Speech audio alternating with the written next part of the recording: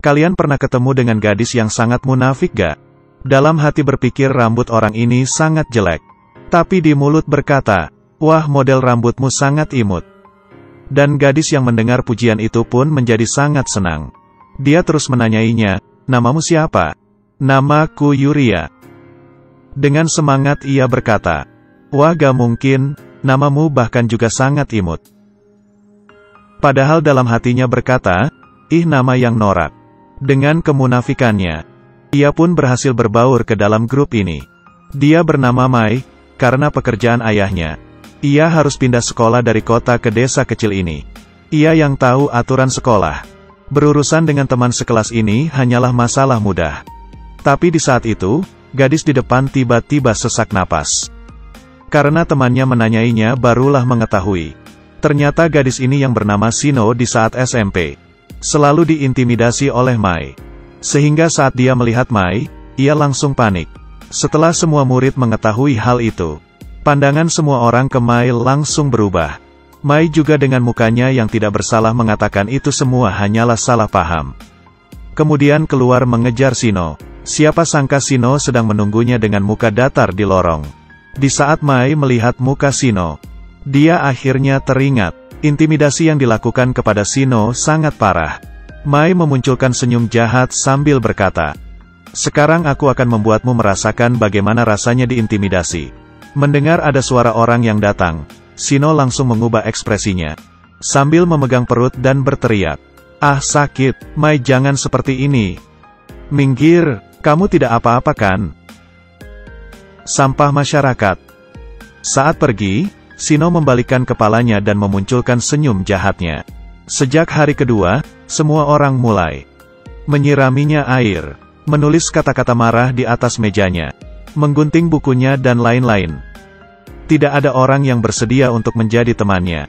Shino yang melihat Mai pun berkata, ini barulah permulaan, hari-hari baikmu masih ada di belakang. Festival budaya sekolah segera tiba. Semua murid sibuk di bawah bimbingan guru.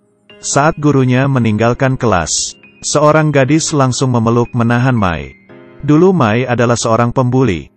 Menyiksa murid lain untuk membuatnya senang. Setelah pindah sekolah, dialah yang menjadi orang yang dibuli.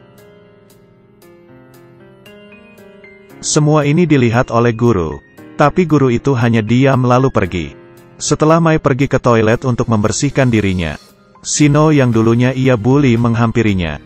Shino meminta maaf dan berkata, aku beneran tidak tahu akan menjadi seperti ini. Tapi setelah itu,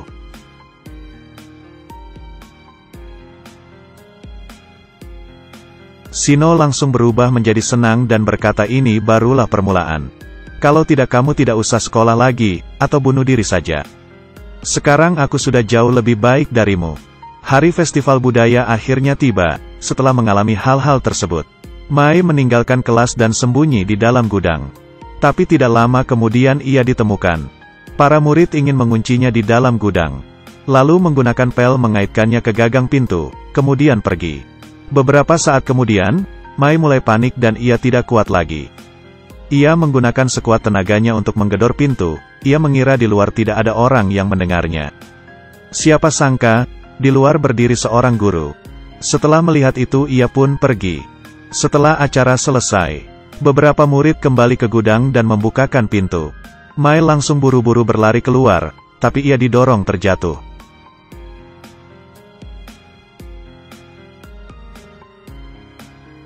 Melihat hal itu, mereka tahu bahwa tindakan mereka sudah keterlaluan.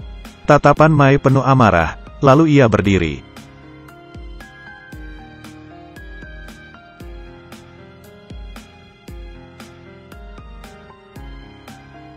Setelah kejadian itu, Mai tidak datang ke sekolah dalam waktu yang lama. Hingga suatu hari, dia akhirnya kepikiran untuk balas dendam. Hari ini dia mengecat warna rambutnya. Dengan agresif tiba di sekolah.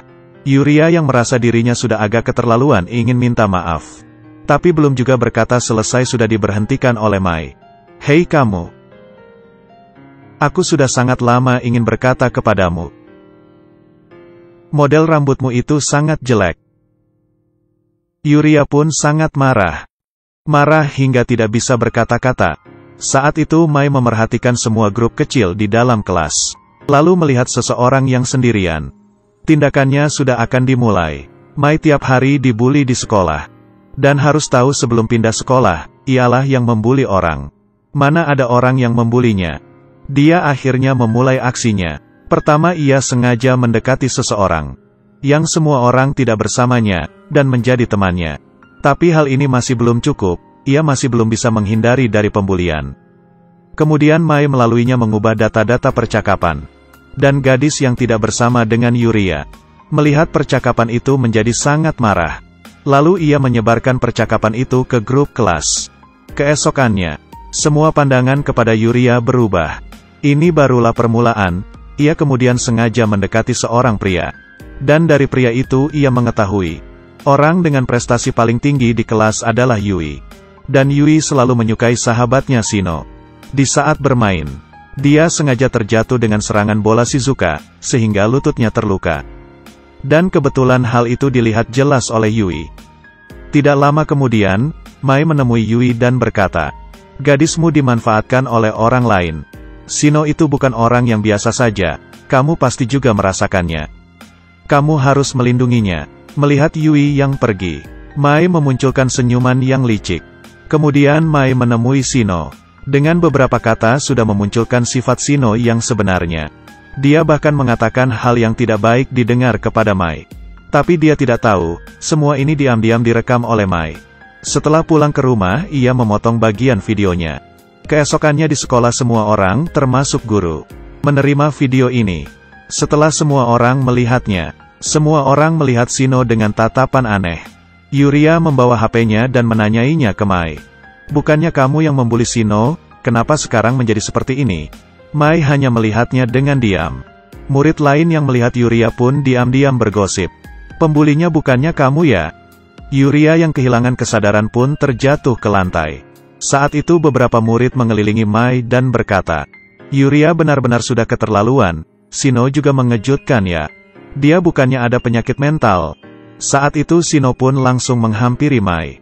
"Ini semua salahmu. Karenamu, hidupku berubah menjadi buruk." Mai dengan santai hanya mengucapkan, "Lalu, jangan melempar tanggung jawab ke orang lain." Saat itu guru memasuki kelas dan bertanya apa yang terjadi. Mai yang penuh emosi menendang meja lalu maju ke depan berkata, "Di kelas ini ada orang yang dibuli, dan yang membuli itu siapa? Yang benar-benar bersalah itu siapa?" Kalian semua diam-diam di samping hanya melihat sambil tertawa. "Karena kalian inilah, kami tiap hari harus hidup seperti di neraka. Aku tidak mungkin memaafkan diriku yang dulunya pernah membuli orang. Juga tidak mungkin akan memaafkan kalian yang hanya diam melihat orang dibuli.